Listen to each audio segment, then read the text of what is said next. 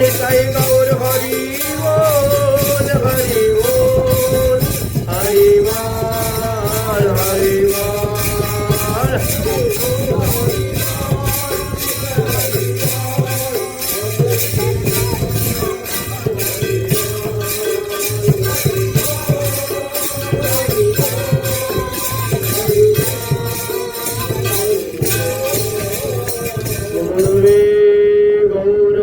चंद्राय राधिकायै तदालये कृष्णाय कृष्ण भक्ताय तद्भक्ताय नमो नमः। সুধী ভক্তবৃন্দগণ, গতকালকে আমরা মহাপ্রভুর বঙ্গদেশ গমন এবং সেখান থেকে ফিরে এসেছিলেন, লক্ষ্মীপ্রিয়া সর্পাঘাতে মৃত্যু ইত্যাদি আমরা আস্বাদন করেছিলাম। আজ তাহার পরবর্তী বিষয় আমরা আস্বাদন করি। মহাপ্রভু বাংলাদেশ থেকে চলে আসার পর বাংলাদেশের যে ভাব ছিল সেটা আর এখানে নেই।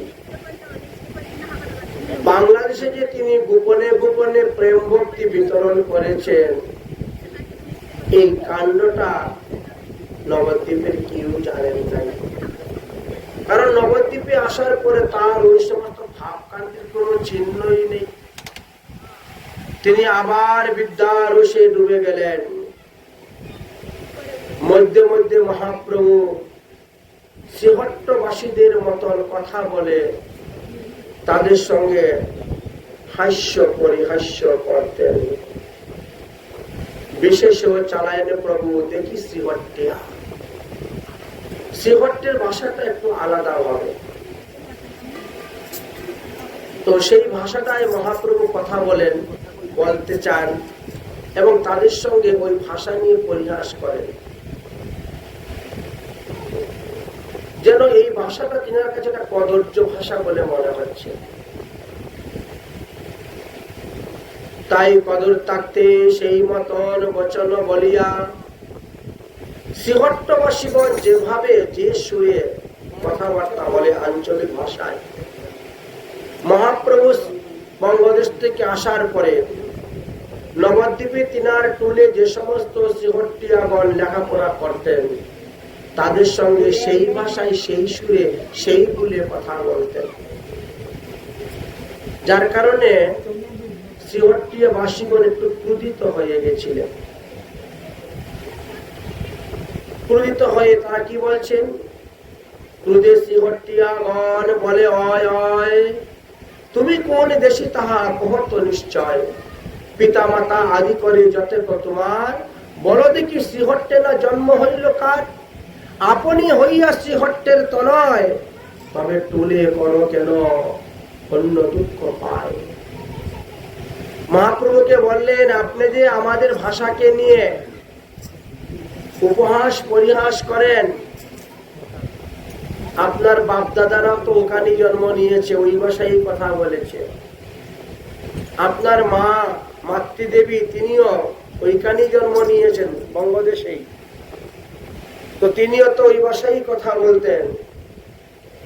তাহলে আমাদের সঙ্গে পরিহাস ঠাট্টা করতে পারে, আমাদেরকে দুঃখ দিচ্ছ কেন? যত যত বলে প্রভু প্রভদিনা মানে নানা মতে কদর্যাতে সেই বচন বলে। তাই শ্রীহট্টভাষীর বচনেই তিনি বলেন। মহাপ্রভু নিজ দেশ শ্রীহট্ট ব্যতীত অন্য কোন দেশীয় বালকের সঙ্গে তিনি ভাষা নিয়ে ঠাট্টা পরিহাস করতেন না।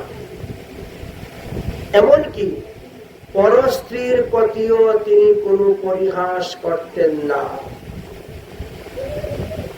পর স্ত্রীর মুখপানেও তিনি তাকাইতেন না। পরিহাস করা তো দূরের কথা। যাই হোক, মহাপ্রভুর বয়স এখন 19 বৎসর হয়ে গেছে। একদিন প্রভু পরিধান করিয়া বাম হস্তে একখানা পুঁথি লইয়া তাম্বুল চর্বণ করিতে করিতে কয়েকজন ছাত্রগণের সঙ্গে রাজপথ দিয়া যাইতেছেন। হঠাৎ শিবাস পণ্ডিতের সঙ্গে দেখা। শিবাস পণ্ডিত জিজ্ঞাসা করছেন, কোথায় যাচ্ছ হে উদ্যতের শিরোমণি? মহাপ্রভু তখন মাথা নত করে শিবাস পণ্ডিতকে প্রণাম করলেন, করে হেট মাথা করে রইলেন। কারণ শিবাস পণ্ডিতের বয়স জগন্নাথের বয়সের সমান, পিতার সমতুল্য বয়স, পিতৃ সমতুল্য বয়স। জগন্নাথ দেবের কনিষ্ঠ আত্মীয় ছিলেন তিনি। তাছাড়া শিবাস এবং মালিনী দেবী নিমাইকে ছোটবেলা থেকে কুলপিঠে তুলে মানুষ করেছেন। বাৎসল্য প্রেমটা তাদের চোখের মধ্যে আছে। তাই বলছেন, কোথায় যাচ্ছ হে উদ্যতের শিরোমণি? মহাপ্রভু মাথা নত করে আছে। শিবাস বলছে, নিমাই, তুমি তো নবদ্বীপের মধ্যে সব থেকে বড় পণ্ডিত। তোমার মতন বিদ্বান, তোমার মতো বুদ্ধিমান কেউ নেই। কিন্তু এই বিদ্যাটাকে যদি কৃষ্ণ ভজনে লাগাতে পারতে তবেই সেটা কাজ হতো। শ্রীকৃষ্ণের চরণ প্রাপ্তি এই মনুষ্য দেহ পাওয়ার উদ্দেশ্য। নরতনু ভজনের মূল। দেবের দুর্লভ মনুষ্য জন্ম পেয়ে যদি বিদ্যার সেই জীবনটা কাটিয়ে দাও তাহলে কি লাভ হবে? ওরে নিমাই পণ্ডিত, আমাকে একটু বুঝাইয়া বলো দেখি, ভগবত চরণ ভজন না করিয়া দেবানিশি কালী ব্যাকরণ চর্চা করিলে এতে তোমার কি লাভ হইবে? নিমাই তখন মাথা নত করে আস্তে আস্তে বলছে, পণ্ডিতজি,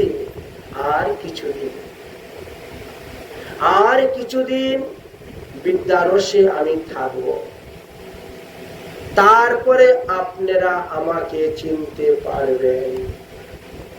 তখন আমি একজন উত্তম বৈষ্ণবের নিকট থেকে দীক্ষা নিয়ে আসব এবং আমিও বৈষ্ণব হইব।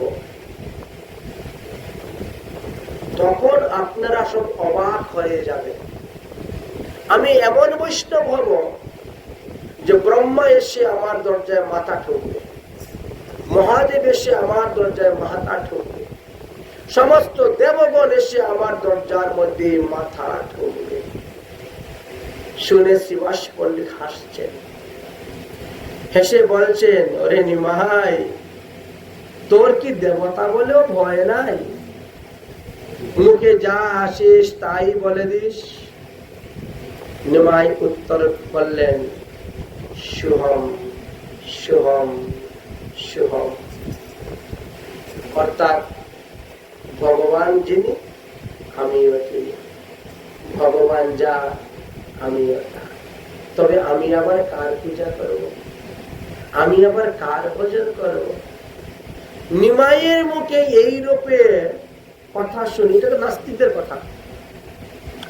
নিমাইয়ের মুখে এইরকম মূঢ় নাস্তিকতার তত্ত্বকথা শুনে শিবাস পণ্ডিতের চোখে জল এসে গেল, বড় দুঃখ পেলেন। ভেবেছিলাম ছেলেটা বৈষ্ণব ধর্ম গ্রহণ করে, বৈষ্ণব হবে, কিন্তু তার মুখে যে সমস্ত নাস্তিকতার কথা শুনি, এতে আশা করা যায় না যে এই নিমাই ভবিষ্যতে বৈষ্ণব হইবে। বিশ্বাস করা। আর নিমাই যদি বৈষ্ণব হইত তাহলে তো আমাদের সম্প্রদায়ের মুখ আরো উজ্জ্বল হয়ে যেত, আরো প্রকাশ হইত, তাদের সম্প্রদায়ের শ্রীবৃদ্ধি হইত। কিন্তু আজ নিমাইয়ের মুখে যেরকম কথা শুনলাম, এতে আমার আশাটা নিরাশ হয়ে গেল। তাই তিনি বলছেন, এইরূপ চঞ্চলকে আমি উপদেশ দিতে আসি, এই ভুল করলাম। শাস্ত্রে বলছে যাকে তাকে উপদেশ দিও না। যে শুনতে চায়, জানতে চায়, বুঝতে চায়, শিখতে চায়, আপনার কাছে আসবে, তাকেই আপনি উপদেশ দিবেন। যার নামের প্রতি শ্রদ্ধা নাই তাকে নাম উপদেশ দিতে নাই। যার হরি ভজনের প্রতি শ্রদ্ধা নাই তার হরি ভজনের উপদেশ দিতে নাই। এগুলি শাস্ত্রের বাক্য আছে। শ্রীবাস পণ্ডিত মনে মনে দুঃখ পেয়ে সেখান থেকে চলে গেলেন। এদিকে মহাপ্রভু পড়ুয়া গানের সহিত এবার বাজারে গিয়েছেন দ্রব্যাদি কেনাকাটার জন্য। প্রথমেই গিয়ে শ্রীধরের দোকানে উপস্থিত। কলার মোচা, থুর, কলার পাতা ইত্যাদি আমায় দাও। শ্রীধর বলছে, প্রভু টাকা না দিলে তো ডেইলি দিতে পারি না, ওভাবে মানুষ। আমি তো বড়সড় ব্যবসায়ী নয়, ছোট মোটো ব্যবসায়ী। পাইকারি দরে মাল কিনে এনে খুচরা দরে বিক্রি করে। শুনেছে? আচ্ছা, লাভটা আমাকে নাই দাও, আসলটা তো কমতে কম দাও। আমি তো এইভাবে দিতে পারি না। মহাপ্রভু টানাটানি করতে শুরু করে, কারাকারি। শ্রীধর পণ্ডিত একদিকে টানে, মহাপ্রভু আরেকদিকে টানে। পয়সা দিবেন না, আবার কেড়ে জোর করে নিয়ে যাচ্ছে। শ্রীধর ভয়ে ভয়ে বলছে, হে ঠাকুর, কারাকারি দরকার নেই।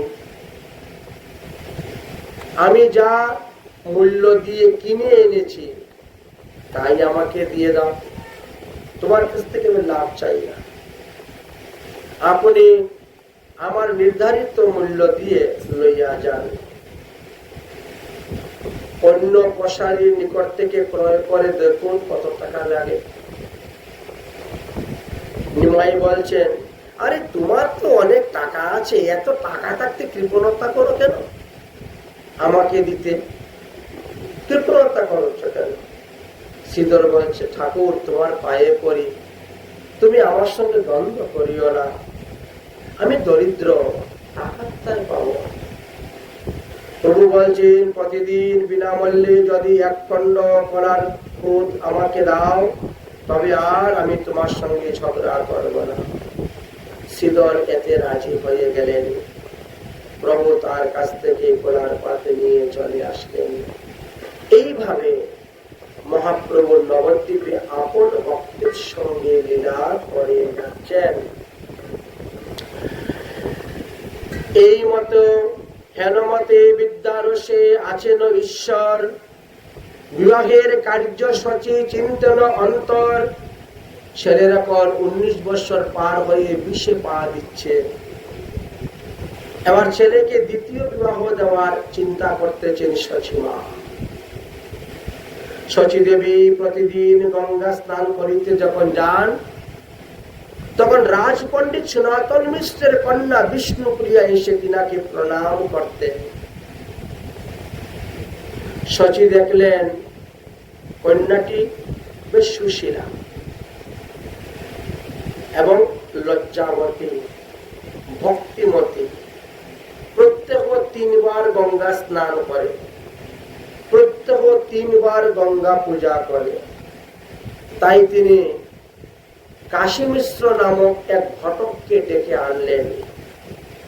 ডেকে এনে বললেন, ঘটক মশাই, রাজপণ্ডিত সনাতন মিশ্রের কন্যা বিষ্ণুপ্রিয়াকে না আমার খুব ভালো লেগেছে। দেখো না, আমার নিমাইয়ের সঙ্গে তার বিয়ের ব্যবস্থা করা যায় কিনা। ঘটক মশাই বলছেন, চেষ্টা করে দেখতে পারি, কারণ নিমাইয়ের তো বিয়ে আগে একবার হয়ে গেছে। দ্বিতীয় মনের কাছে বিয়ে দিবে কি না। তারপরে উনিও খুব ধনীমানী ব্যক্তি, রাজপণ্ডিত, বুঝেছেন, অনেক বিষয়ের চিন্তার ব্যাপার আছে। আচ্ছা দেখি কি করেন। কাশীনাথ পণ্ডিত চলিলেন সেই কোণে, দুর্গা দুর্গা কৃষ্ণ কৃষ্ণ বলিয়া রওনা হয়েছে।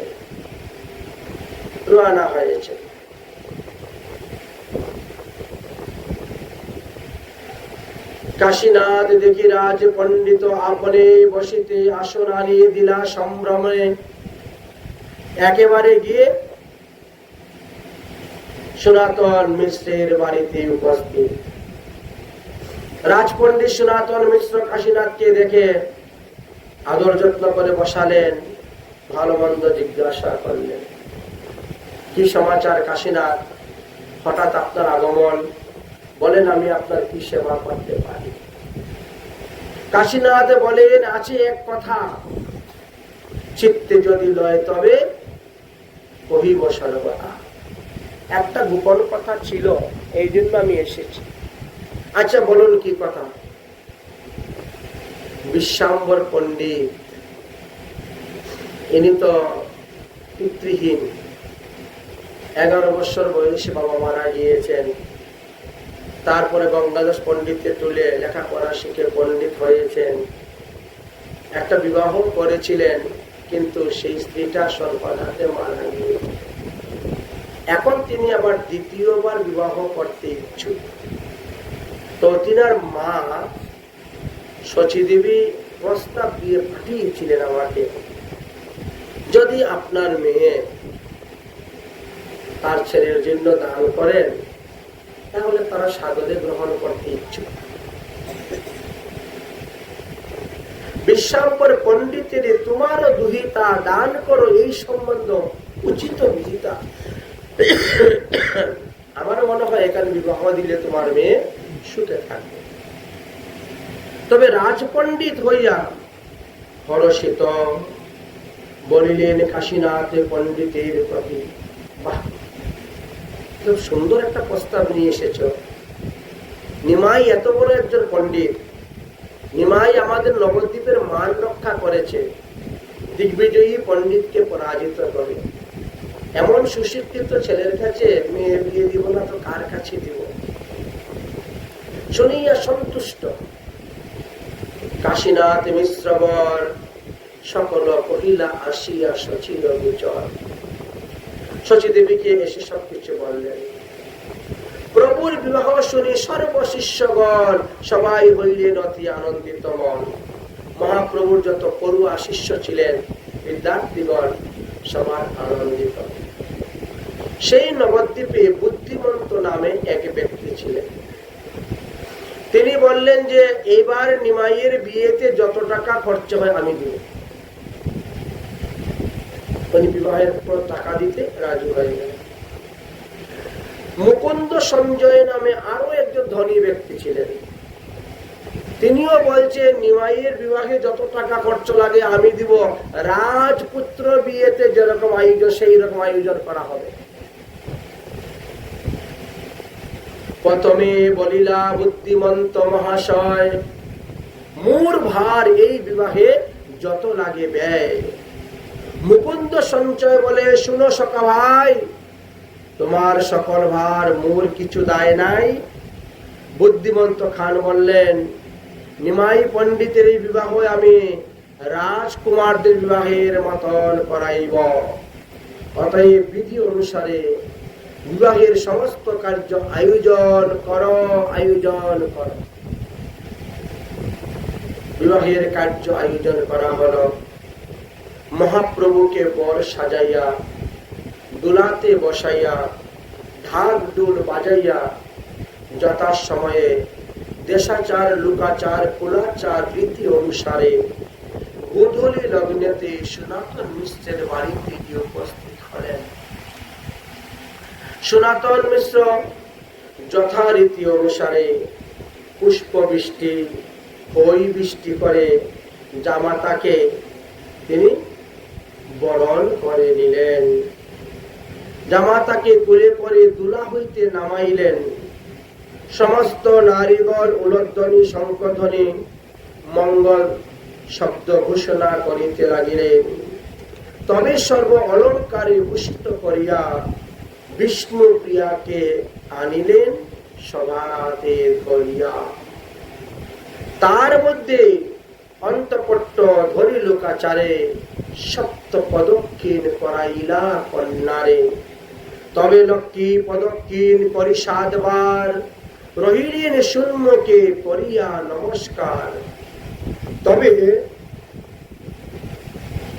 বিষ্ণুপ্রিয়া জগমাতা প্রভুর চরণে মাল্য দিয়া করিলেন আত্মসমর্পণে।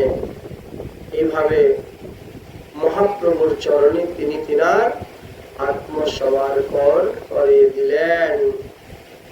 তবে গৌরচন্দ্র প্রভু ঈষৎ হাসিয়া বিষ্ণুপ্রিয়ার গলায় মালা দিলেন তুলিয়া। হেনমতি মুখচণ্ডিকা করিয়া রঙ্গে বসিলেন গৌরচন্দ্র বিষ্ণুপ্রিয়ার সঙ্গে।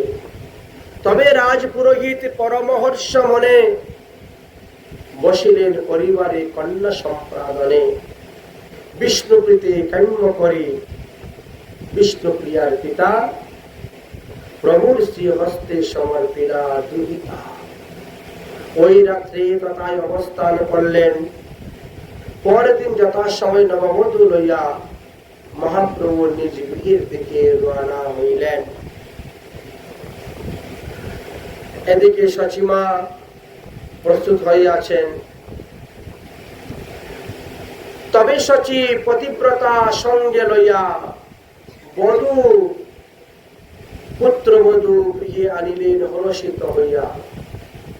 যখন বর কন্যাকে গৃহে নিয়ে যাবেন, ঘরের ভিতরে প্রবেশ করবেন, এমন সময় বিষ্ণুপ্রিয়ার দক্ষিণ পায়ের অঙ্গুষ্ঠ আঙ্গুলে একটা হুচট লাগলো।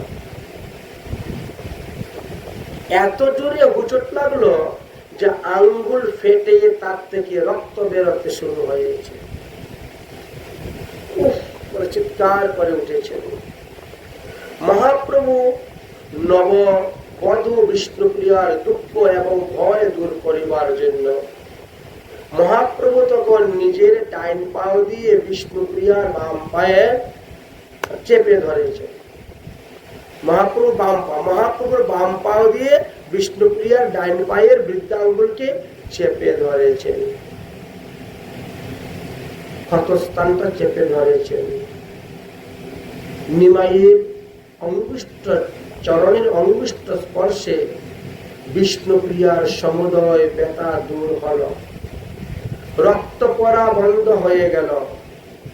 কিন্তু মনের মধ্যে একটা ভয়। শ্বশুর বাড়ি ঢুকতে না ঢুকতে এত বড় অমঙ্গল, শ্বশুর বাড়িতে গৃহে প্রবেশ করতেই এত বড় হুচটকে আঙ্গুলের রক্ত বেরিয়ে গেল, আঙ্গুল ফেটে।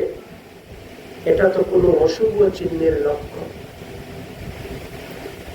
সবসময় একটা চিন্তা, এই লক্ষণটা তো ভালো নয়, অশুভ লক্ষণ। যাই হোক, দেখতে দেখতে দেখতে দেখতে আরো 2 বৎসর অতীত হয়ে গেল বিবাহের। শচীদেবী মনের আনন্দে পুত্রবধূকে সঙ্গে করে নিয়ে আছেন। বিষ্ণুপ্রিয়াকে কিভাবে রান্না বান্না করতে হবে শিখাচ্ছেন। নিমাই কি কি খেতে ভালোবাসে, কিভাবে রান্না করলে খেতে ভালোবাসে শচীদেবী শিখিয়ে দিতেন। বিষ্ণুপ্রিয়া রান্না করতেন, ভোগ লাগাতেন, মহাপ্রভু প্রসাদ পেতেন, বিদ্যারসী আছে। এইভাবে বেশ কিছুদিন গত হয়ে গেল।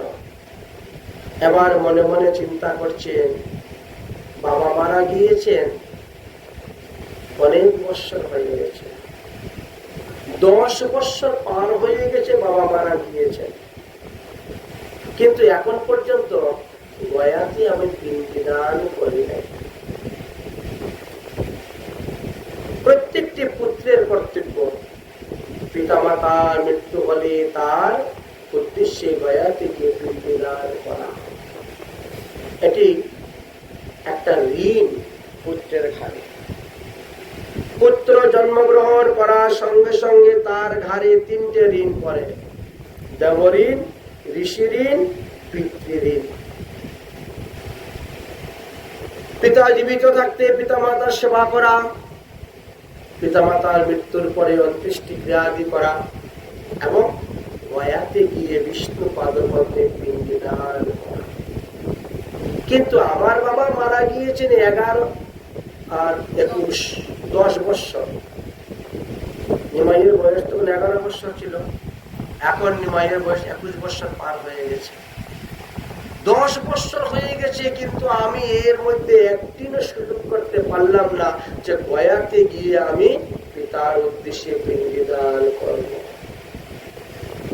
তাই নিমাই পণ্ডিত আজ শচী দেবীর কাছে বসে অনুমতি চাচ্ছেন, মা তুমি আমাকে অনুমতি দাও, আমি গয়াতে যাব বিষ্ণু পাদপদ্মে পিণ্ডদান করার জন্য, পিতৃঋণ থেকে সুদ, পিতৃঋণ সুদ করার জন্য। তাই শচী দেবী নিমাইকে আর নিষেধ করলেন না।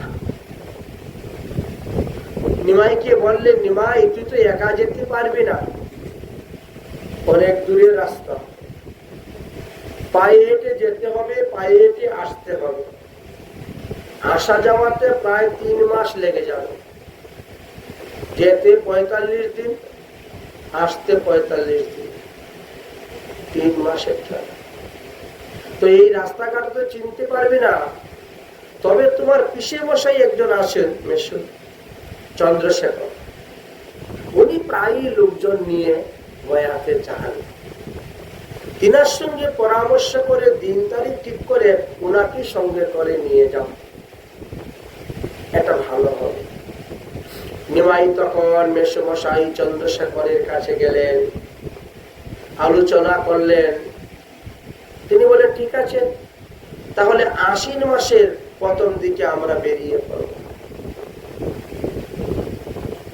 আশ্বিন মাসে বললে আশ্বিন, কার্তিক, অগ্রায়ণে ফিরে চলে আসবে।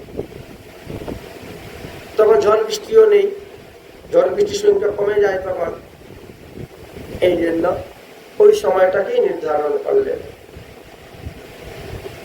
ঠিক আছে, নির্দিষ্ট দিনে নির্দিষ্ট সময়ে আশ্বিন মাসে যখন মহাপ্রভু বাড়ি থেকে বের হবেন, তখন পড়ুয়া বিদ্যার্থীগণ বলছে, আমরাও আপনার সঙ্গে যাব। আমরা তো জীবনে কোনোদিন গয়া দেখি নাই, আমরা একটু গয়া ধাম দেখে আসবো, চলো তাহলে। মহাপ্রভুর প্রেমেতে বশীভূত হয়ে অনেক বিদ্যার্থীগণ মহাপ্রভুর সঙ্গে রওনা হলেন গয়াতে। আশ্বিন মাস তো মধ্যে মধ্যে একটু বৃষ্টি হয়, গঙ্গার ধার দিয়ে চলছেন, মধ্যে মধ্যে একটু বৃষ্টি হয়, বৃষ্টির জল পড়াতে মহাপ্রভুর জ্বর এসে গেল। অনেক ঔষধ সেবন করলেন, কিন্তু কিছুতেই জ্বর ভালো হচ্ছে না। চলতে চলতে মহাপ্রভু এক গ্রামের দিকে উপস্থিত হলেন। সেই গ্রামেতে একজন ব্রাহ্মণ বৈষ্ণব বাস করতেন, সদাচারী। মহাপ্রভু বললেন, যাও ওই বৈষ্ণব ব্রাহ্মণের চরণামৃত নিয়ে আসো, ওই চরণামৃত খেলে পরে আমার এই রোগ ভালো হবে, না হলে এই রোগ ভালো হবে না। এত ওষুধপত্র খাচ্ছি, তাতেও আমার এই রোগ ভালো হচ্ছে না, অতএব তোমরা যাও, গিয়ে ওই বৈষ্ণব ব্রাহ্মণের বিবাহ থেকে চরণামৃত নিয়ে আসো।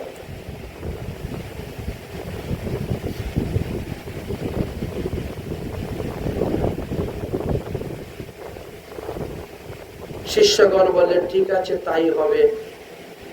তাই শিষ্যগণ গিয়ে উপস্থিত হলেন, কিন্তু বৈষ্ণব ব্রাহ্মণ তো দিতে চায় না। অনেক অনুনয় বিনয় করে বললেন যে আমাদের শিক্ষক মশাই খুবই অসুস্থ এবং বৈষ্ণবের প্রতি তিনার খুব নিষ্ঠা ভক্ত। নবদ্বীপে যত বৈষ্ণব সবাইকে তিনি দণ্ডবোধ করেন, প্রণাম করেন। পিতৃশ্রাদ্ধ গয়াশ্রাদ্ধ উদ্দেশ্যে রওনা হয়েছে, রাস্তায় জ্বর হয়েছে, আপনি একটু চরণামৃত দেন। অনেক কাকুতি মিনতি করে সেই বৈষ্ণবের কাছ থেকে চরণামৃত নিয়ে আসলেন। বিপ্র পাদুদক পান করিয়া ঈশ্বর মহাপ্রভু সেই ব্রাহ্মণ বৈষ্ণবের পাদুদক পান করলেন, সেই কর্ণে সুস্থ হইলেন। আর নাহি জ্বর, জ্বর ভালো হয়ে গেল, জ্বর পড়ায় গেল। দেখেন এতটাই বৈষ্ণব চরণামৃতের মহিমা। কৃষ্ণ না ভজিলে দ্বিজ নহে কদাচিৎ। দেখো, ব্রাহ্মণ ব্রাহ্মণ নহে যদি কৃষ্ণ দেখে। কৃষ্ণ না ভজিলে দ্বিজ নহে কদাচিৎ, পুরাণেতে প্রমাণে শিক্ষা আছে নিত। চৈতন্য মহাপ্রভু। চণ্ডালমপি মুনিশ্রেষ্ঠ বিষ্ণু ভক্ত পরায়ণা, বিষ্ণু ভক্ত বিহীনম দ্বিজ সপি চণ্ডালম। যাই হোক, মহাপ্রভুর তৎক্ষণাৎ দেহ মন সবকিছুর একটা পরিবর্তন এসে গেল। বিষ্ণু বৈষ্ণব চরণামৃত পান করার পরে মহাপ্রভুর দেহের মনের স্বভাবের একটা পরিবর্তন এসে গেল, বিরাট পরিবর্তন। সেই পণ্ডিত্যর অভিমান তিনার নাই, ব্রাহ্মণ সন্তান বলে তিনার কোনো অভিমান নেই।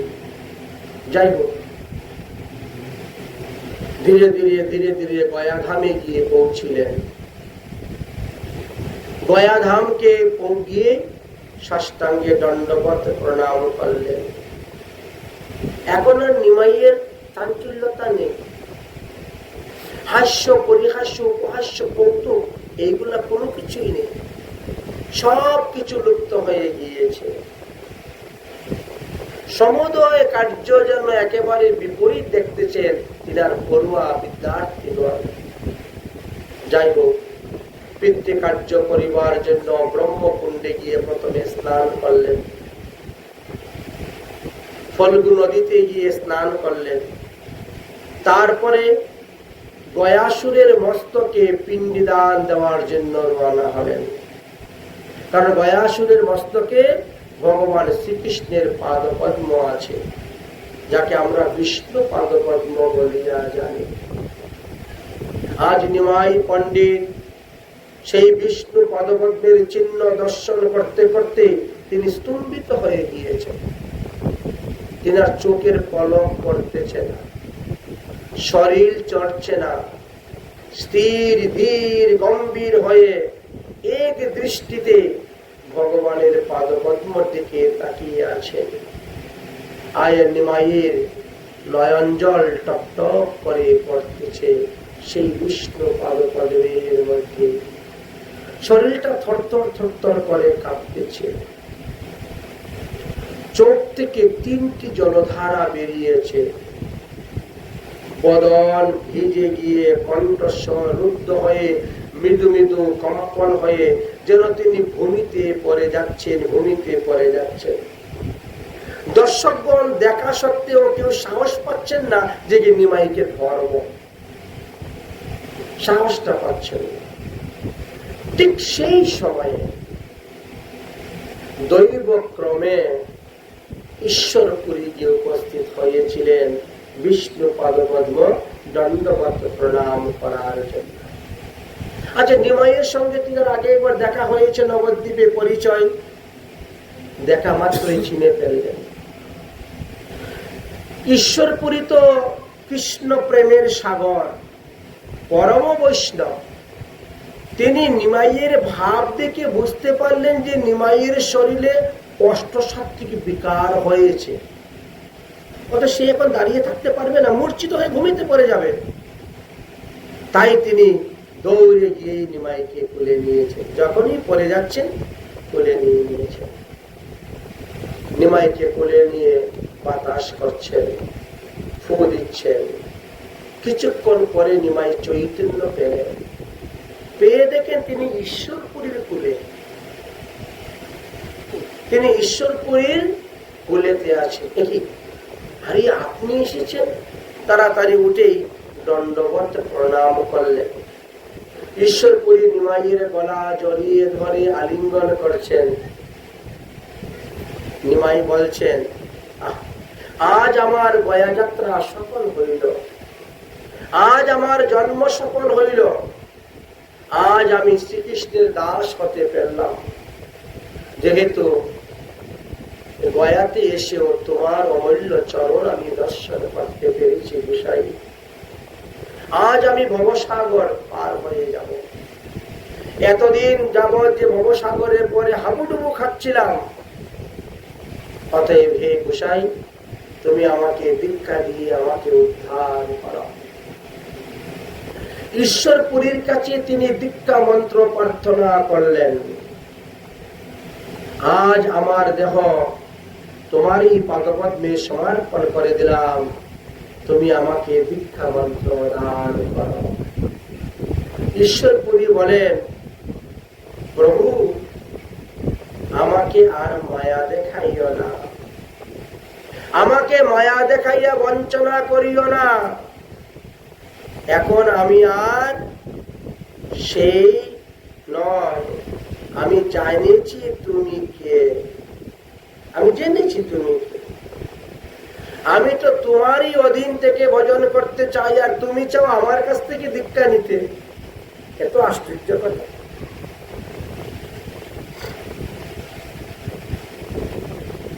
তবে ঈশ্বরের আজ্ঞা পালন করাটাই ভক্তের কর্তব্য।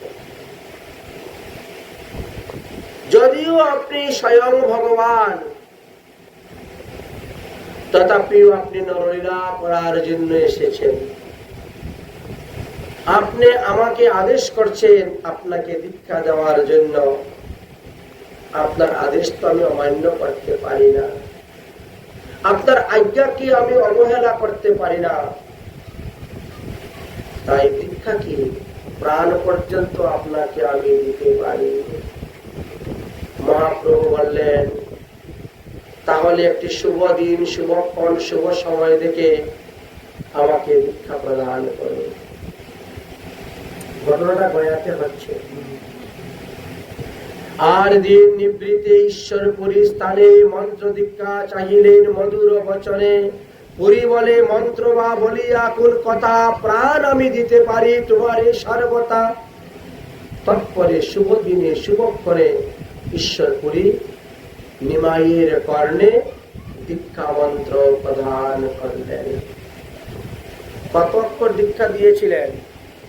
10 অক্ষর মন্ত্রের দীক্ষা। দীক্ষার রাজা হলো 18 অক্ষর মন্ত্র। 6 অক্ষরের নিচে কোনো দীক্ষা মন্ত্র হয় না। 6 থেকে আরম্ভ করে এবার যত সব থেকে বড় হলো 18 অক্ষর মন্ত্র। তার সঙ্গে 24.5 অক্ষর গায়ত্রী মন্ত্র। এ হলো মন্ত্রের রাজা। 10 অক্ষর মন্ত্রে গোপীজন বল্লভ মন্ত্রে দীক্ষা প্রদান করিলেন। অতঃপর ঈশ্বরপুরী সেখান থেকে অন্য তীর্থে চলে গেলেন। নিমাই সেদিন থেকে বৈষ্ণব হয়ে গেলেন। এমন ভক্ত হলেন, এমন বৈষ্ণব হলেন, তিনি তখন পিসে মশাইকে বলছেন, ছাত্রদেরকে বলছেন, তোমরা বাড়ি চলে যাও, আমি বৃন্দাবনে চলে যাব। আমি রাধা কৃষ্ণকে অন্বেষণ করবো, তাদেরকে দেখার জন্য আমি যাব। এই দেখো কৃষ্ণের বাঁশি আমি শুনতে পাচ্ছি। কৃষ্ণ আমাকে বাঁশি বাজিয়ে ডাকছেন, আমি বৃন্দাবনে যাব, বৃন্দাবনে যাব। আজকে থেকে আর আমার ব্যাকরণ পড়ানো হবে না। আজকে থেকে আর আমি টুলেতে গিয়ে লেখাপড়া করাবো না। অতএব বিদ্যার্থীগণ তোমরা গিয়ে অন্য টুলে ভর্তি হয়ে যাও, আমার টুলে পড়া শেষ। এখন পিসে মশাই বড় বিপদে পড়েছেন। ওটা হয় না বাবা, তুমি আমার সঙ্গে এসেছো, আমি তোমাকে নবদ্বীপে নিয়ে তোমার মায়ের হাতে অর্পণ করব, তারপরে তুমি যা খুশি করো। আমার দায়িত্ব, এইভাবে আমি তোমাকে বৃন্দাবন যেতে দিব না, তোমাকে একা ছাড়বো না। নাহলে তোমার মাকে কি আমি কি জবাব দিব? বলেছেন। এবার শুরু হলো এই কাহিনী। একদিন নিমাই গয়াধামে নিবৃত্ত বসিয়া গুরু প্রদত্ত মন্ত্র জপ করতেছেন। গুরুদেব যে মন্ত্র দিয়েছেন সেই মন্ত্র জপ করতেছেন। মন্ত্র জপ করতে করতে করতে করতে ভাবাবিষ্ট হয়ে গেছেন। কৃষ্ণ আমার বাপ কোথায়, কৃষ্ণ আমার বাপ কোথায় বলে চিৎকার করতে শুরু করেছেন। কোন কোনো লজ্জা নাই, কিছু নেই। চিৎকার করতে করতে ভূমিতে মূর্ছিত হয়ে পরে গড়াগড়ি দিতে শুরু করেছে। কৃষ্ণ না পাইনু মই, না পাইনু মথুরা, আরম্ভ করেছে কান্না। সঙ্গী সাথীগণ তখন অনেক চেষ্টা করে, সেবা সুস্থতা করে তিনাকে চৈতন্য ফিরাইলেন, কিন্তু পুনর পুনর উচ্চস্বরে রুদন করিতে লাগিলেন, কৃষ্ণ মোর বাপ, আমার প্রাণের প্রাণ, তুমি বিনা আমার জীবন শূন্য, আমাকে দর্শন দিয়ে তুমি কোথায় চলে গেলে? এই বলে আবার ভূমিতে পরে গড়াগড়ি করতে লাগলেন। সকলে মিলে অনেক প্রবোধ দিতে লাগলেন, কিন্তু প্রভু তো আর এখন নিমাই মানে না। নিমাইয়ের সেই করুণ রুদন, সেই আরতি, তার বদনের যে কাতরতা ভাষা, তার নয়নে যে অবিশ্রান্ত জলধারা, এইগুলা দেখেই সবাই অবাক হয়ে গেছে। এই সাধারণ মানুষের মধ্যে হতেই পারে না। নিমাই বলছেন, তোমরা বাড়ি যাও, বাড়ি যাও, আমি আর বাড়িতে যাইব না, আমি শ্রীকৃষ্ণের উদ্দেশ্যে বৃন্দাবনে চলে যাব। আমার জননীকে তোমরা সান্ত্বনা দিয়া বলিও যে নিমাই কৃষ্ণ দর্শনের উদ্দেশ্যে বৃন্দাবনে গিয়াছে। এই কথা বলিয়া নিমাই পাগলের মতন বৃন্দাবনের অভিমুখে দৌড়তে শুরু করলেন। চন্দ্রশেখর নিমাইয়ের শিষ্যগণ করলেন বড় বিপদের মধ্যে। সকলেই দৌড়ে গিয়ে নিমাইকে ধরে নানাভাবে প্রবোধ বাক্য দিয়ে এবার নবদ্বীপের অভিমুখে রওনা। আর উপায় নেই, চলো আমরা নবদ্বীপে গিয়ে পৌঁছি। এই জন্য নবদ্বীপের উদ্দেশ্যে রওনা হয়েছেন। নবদ্বীপের উদ্দেশ্যে রওনা হয়েছেন। চলতে চলতে চলতে চলতে কিছু দূর আসার পরে কানাই নাটশালা নামে একটি স্থান পাওয়া গেল। এখনো সে আছে স্থান, কানাই। প্রভু বলেন, তোমরা সকলে যাও ঘরে, মই আর না যাইমু সংসারের ভিতরে, মথুরা দেখিমু আমি চলিমু সর্বদা, প্রাণনাথ মোর কৃষ্ণচন্দ্র পাইমু যথা। কাহারে না বলি প্রভু এক রাত্রি শেষে, মধুপুরী চলিলেন প্রেমের আবেশে। রাস্তা চলতে চলতে তো অনেক জায়গায় রাত্রি হয়ে যায়, তখন সবাই মিলে ওখানেই শুয়ে পড়েন। আর ওখান থেকে মহাপ্রভু ভোর রাতে উঠতে বৃন্দাবনের দিকে রওনা হয়ে গেছে। সঙ্গী সাথীরা ঘুমের থেকে উঠে দেখেন মহাপ্রভু নেই। চতুর্দিকে খোঁজাখুঁজি শুরু হয়েছে। খুঁজতে খুঁজতে আবার তাকে পেলেন, আবার ঘরে নিয়ে আসছেন। কৃষ্ণরে বাপরে মোর পাইমু কোথা, এই মতো বলিয়া চলেন গৌরা। কত দূরে যাইয়া শুনেন দৈববাণী। মহাপ্রভু যখন চলছিলেন তখন আকাশবাণী হয়ে গেছিল, এখন মথুরায় না যাইও দ্বিজমণি। আকাশবাণী হয়ে গেছে, হে গৌর সুন্দর, তুমি এখন বৃন্দাবনে আসিও না, তোমার অনেক কাজ বাকি আছে। সেই সমস্ত কাজ পূর্ণ হওয়ার পরে তুমি বৃন্দাবনে আসবে। যাইবার কাল আছে, যাইবে তখন, নবদ্বীপে নিজ গৃহে চলো এখন। আকাশবাণী হয়ে গেল, যাওয়ার সময় আছে, তুমি যাবে, তবে এখন তুমি নবদ্বীপে যাও। তুমি বৈকুণ্ঠের নাথ, তুমি লোকনিস্তারিতে, তুমি অবতীর্ণ হইয়াছ জীব উদ্ধারিতে। অতএব নবদ্বীপ থেকে তোমার এই লীলা শুরু হবে। এখন তুমি বৃন্দাবনে আসিব না। অনন্ত ব্রহ্মাণ্ডময় করিয়া কীর্তন জগতে বিলাইবে প্রেম ভক্তি মহাদন। শুনিয়া আকাশবাণী শ্রী গৌর সুন্দর, নিবৃত্ত হইয়া প্রভু গরুষিত অন্তর সেখানে বসে গেলেন। ভক্তগণ খোঁজাখুঁজি করে সেখানে পেলেন। সেখান থেকে মহাপ্রভুকে নিয়ে আসলেন। রাস্তা চলছেন, চলতে চলতে কানাই নাটশালা নামে এক গ্রাম আছে, সেই গ্রামে এসে উপস্থিত হয়েছে। কানাই নাটশালা নামে এক গ্রাম, গয়া হইতে আসিতে দেখিল সেই স্থান। মহাপ্রভু যখন সেই গ্রামে গিয়েছেন, হঠাৎ দেখেন তমাল গাছের তলে ভগবান শ্রীকৃষ্ণ বাঁশি বাজাচ্ছেন। নামটা হলো কানাই নাটশালা গ্রাম। তমাল শ্যামল এক বালক সুন্দর নবগুঞ্জার সহিত, কুণ্ডল কলেবর বিচিত্র ময়ূর পুচ্ছা শুভে তদুপরি ঝলমল মণিগণ দেখিতে না পারে। সহস্তেতে মোহন বাসি পরম সুন্দর, চরণে নপুর বাজে অতি মনোহর। নীল স্তম্ভ যিনি ভুজ রত্ন অলঙ্কার, শিবস্য কস্তুভ বক্ষে মণি শুভে মহাহার। কি কহিব সেই রূপের কথা, সেই ধুতির পরিধান, মকর কুণ্ডল শোভে কমল নয়ন। আমার সমীপে আইসে হাসিতে হাসিতে আমার আলিঙ্গিয়া পালাইল কোন দিকে। তাই মহাপ্রভু আবার প্রেমাবিষ্ট হয়ে গেলেন। ভগবান কৃষ্ণচন্দ্র তিনাকে দেখা দিয়ে আবার আলিঙ্গন করেও তিনি অদর্শন হয়ে গিয়েছেন। মহাপ্রভুর ভাব আরো বৃদ্ধি হয়ে গেল, প্রেম আরো বৃদ্ধি হয়ে গেল। যাই হোক, অনেক কষ্টে মষ্টে সবাই মিলে মহাপ্রভুকে নবদ্বীপে নিয়ে আসলেন। দয়া করে আইলেন শ্রী গৌর সুন্দর, আগুবাড়ি সবে আনিলা নিজ ঘর। সবাই তখন গিয়েছেন, যখন শুনছেন আসছেন, সবাই গিয়ে আনন্দ করে অগ্রসর করে নিয়ে আসছেন। হইলা আনন্দময় শচী ভাগ্যবতী, 3 মাস পরে ছেলেকে দেখতে পেয়েছেন। পুত্র দেখি হরিষে না জানে আর গতি।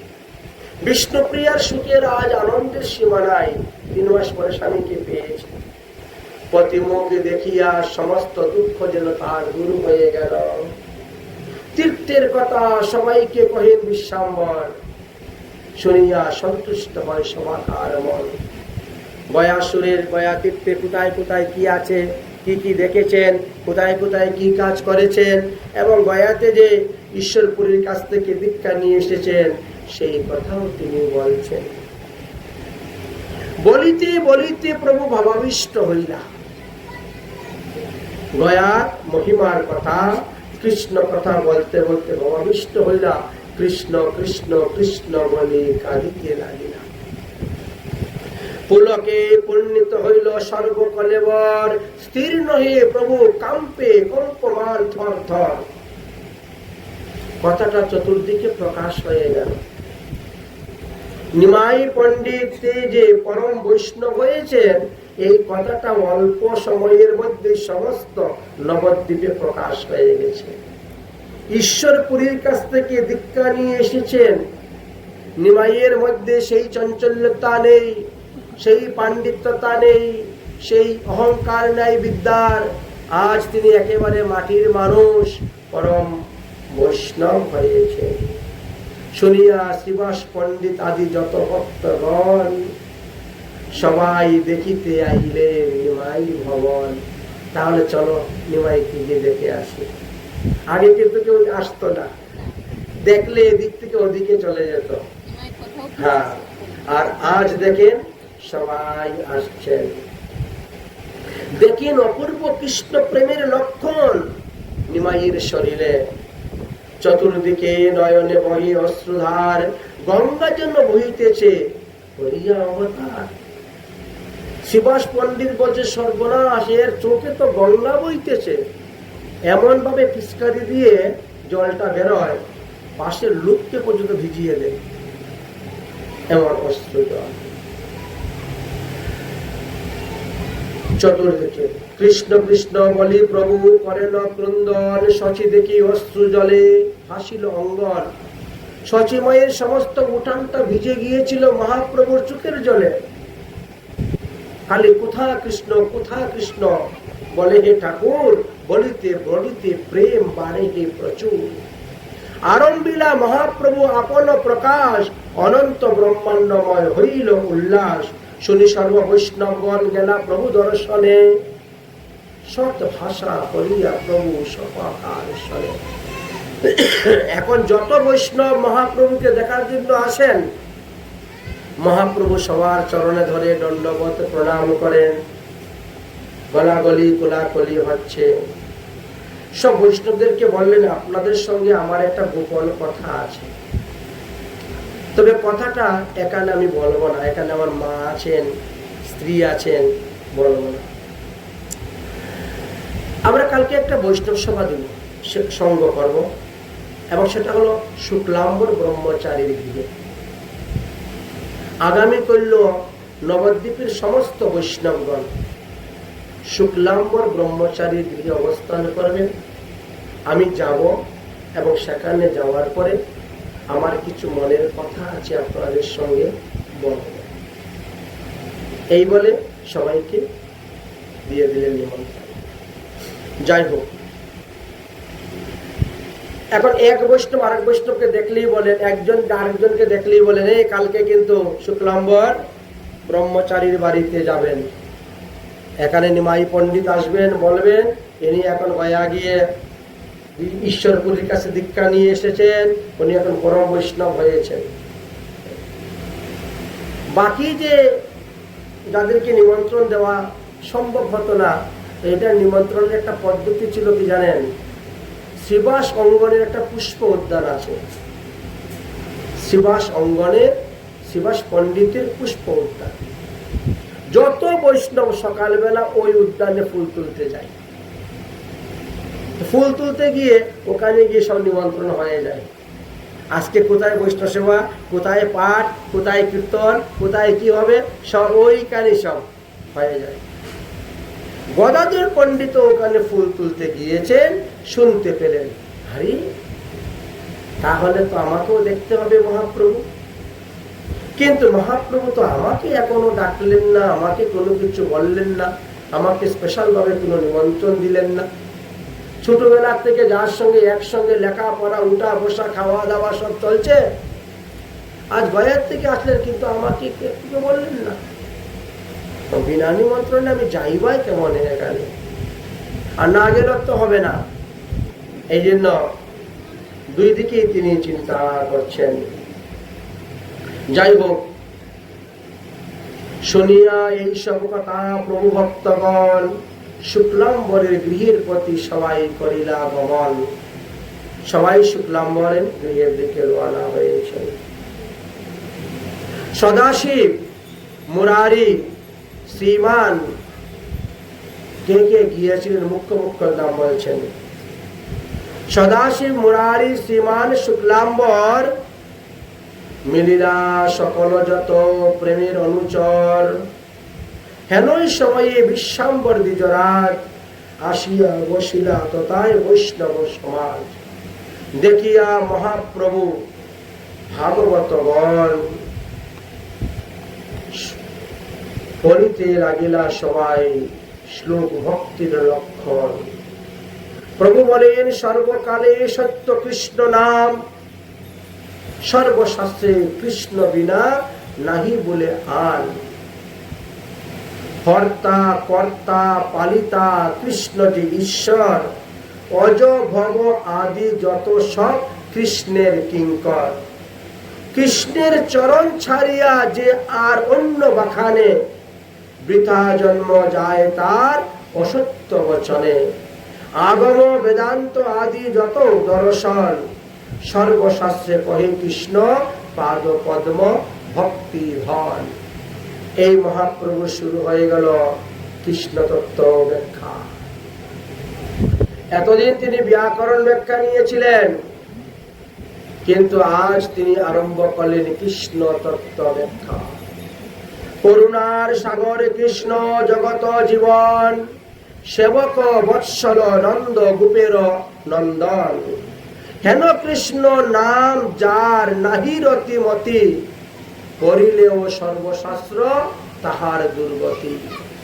শাস্ত্র করে যদি কেউ কৃষ্ণ ভজন না করে, তাহলে তার কপালে দুঃখ আছে। পাপিষ্ঠ অদমে যদি লয় কৃষ্ণ নাম, সর্বদোষ থাকিলেও সে পাবে কৃষ্ণ ধাম। যারা ভগবানের নাম করেন তাদের সর্বদোষ থাকলেও তারা ভগবত ধাম প্রাপ্ত হইবেন। কৃষ্ণের ভজন ছাড়িয়া যে অন্য শাস্ত্র বাখানে সে তো অধম, কবু শাস্ত্রের মর্ম নাহি জানে। শাস্ত্র না মানে যেই জন করে অধ্যাপন, গর্ধবের প্রায় যেন শাস্ত্র পড়ি মরে। পুতনারে যে কৃষ্ণ করিল মুক্তিদান, হেন প্রভু ছাড়ে লোক করে অন্যের ধ্যান। অগাসুর হেন পাপী যে কইল মোচন, কোন সুখে ছাড়ো ভাই এমন কৃষ্ণের কীর্তন। যে কৃষ্ণের নাম লয়ে জগৎ পবিত্র, না বলে দুঃখিত জীব তাহার মহত্ব। অজামিল কত বড় পাপী ছিল, অজামিল নিস্তারিল যে কৃষ্ণ নামে। ধনকুল বিদ্যা মদে তাহা নাহি জানে মানুষ। শুনো ভাই সব সত্য আমার বচন, ভজহ অমূল্য ধন কৃষ্ণের চরণ। পাইম ঈশ্বর মই কোন দিকে গেলে, এত বলি মহাপ্রভু স্তম্ভিত হইলেন। সব কথা বলতে বলতে বলছেন, হে বৈষ্ণবগণ, এবার আপনারা কৃপা করে বলুন আমি কোন দিকে গেলে সেই ভগবান শ্রীকৃষ্ণকে পাইব। বলে স্তম্ভিত হয়ে গেছে, আর কোনো বাক্য নেই মুখে। অনেকক্ষণ পরে স্তম্ভনটা ভাঙিল। গৃহের স্তম্ভন প্রভুর আবেশে। কৃষ্ণ কোথায় বলিয়া মহাপ্রভু পড়িলা ভূমিতে। কতক্ষণ পরে বাহ্য দশা পাইলেন বিশ্বাম্বর। কৃষ্ণ বলি কাঁদিতে লাগিলেন বহুতর। কৃষ্ণরে প্রভুরে মোর কোন দিকে গেলা, এত বলি প্রভু পুনর ভূমিতে পড়িলা। কৃষ্ণ প্রেমে কাঁদে প্রভু সচির নন্দন। প্রেমময় হইল আজ শুক্লাম ভরের ভবন। চৌদিকে বেরিয়া কান্দেন সমস্ত ভক্তগণ। উঠিল কৃষ্ণ নাম মঙ্গল ক্রন্দন। স্থির হইলেন ক্ষণেক বসিয়া বিশ্বাম্বর। তথাপি আনন্দ ধারা বহি নিরন্তর। দেখিয়া প্রভুর প্রকাশ শ্রী গদাধর। কান্দিতে লাগিলা বসিয়া করিয়া ভিতর। ঘরের ভিতর বসে গদাধর পণ্ডিত মহাপ্রভুর এই ভাব প্রকাশ দেখে তিনি কান্না করতে শুরু করেছেন। দেখিয়া প্রভুর প্রকাশ গদাধর কাঁদিতে লাগিলা বসি ঘরের ভিতর। প্রভু বলে কোনজন কাঁদে ঘরের ভিতরে। শুক্লাম্বর বলেন প্রভু তোমার গদাধরে। যেই গদাধরের নাম শুনেছেন এমনি মহাপ্রভু গিয়ে ঘরের ভিতরে গদাধরকে আলিঙ্গন করে বের করে নিয়ে এসেছেন। মহাপ্রভু আজ গদাধরের মহিমা সবাইকে শোনাচ্ছেন। প্রভু বলে গদাধর তুমি যে সুকৃতি জন, শিশুকাল হইতে তোমার কৃষ্ণে ধীর মন। আমি কিন্তু ছোটবেলাতে কৃষ্ণ ভজন করি নাই। বিদ্যারসে আমার জীবনের 21টা বৎসর গত হয়েছে, কৃষ্ণ ভজন করি নাই 21 বৎসর। আর তুমি তো ছোটবেলাতে কৃষ্ণ ভজন করতেছ। আমার এহেন জন্ম গেল বৃথা বিদ্যারসে। পাইনু অমূল্য নিধি গেল নিজ কর্ম দোষে। এমন মনুষ্য জন্ম পেয়ে আমি ছোটবেলাতে কৃষ্ণ ভজন করি নাই, আমি বিদ্যারসে ছিলাম। তুমি তো ভাগ্যবান ভাই, তুমি ছোটবেলাতে কৃষ্ণ ভজন করতেছ। এত বলি ভূমিতে পড়িলা বিশ্বাম্বর। ধুলায় লুটে তার সর্বকলেবর। পুনর পুনর হয় বাহ্য জ্ঞান, পুনর পুনর পরে দৈবে রক্ষা করে। মুখ নাক আছাড়ে ভূমিতে এভাবে আছাড়ছে। মিলিতে না পারে দুই নয়ন প্রেমের জলে। সবে মাত্র কৃষ্ণ কৃষ্ণ কৃষ্ণ কৃষ্ণ বলনেতে বলে। ধরিয়া সবার গলা আজ কাঁদেন বিশ্বাম্বর। আজ ব্রাহ্মণে চণ্ডালে কুলাকুলি হচ্ছে। ব্রাহ্মণে চণ্ডালে করেন কুলাকুলি। ধরিয়া সবার গলা কাঁদেন বিশ্বাম্বর। কৃষ্ণ কৃষ্ণ ভাই সব বল নিরন্তর। বৈষ্ণব সমাজ সবে আইলা হরষিতে প্রভুর প্রেম দেখি তারা অশিষ্য বিশেষে। শুনিয়া সকল ভাগ্যবন্ত ভাগবতগণ হরি হরি হরিধ্বনি উঠিল তখন। এই মতো সর্বদিন গেল, সন্ধ্যা হইল প্রায়, তবে প্রভু সবার বিদায় দিয়ে নিজ গৃহে গমন করেছিলেন। এইভাবে মহাপ্রভু শুক্লাম্বর ব্রহ্মচারীর গৃহেতে সর্বপ্রথম তিনি প্রকাশ হয়েছিলেন।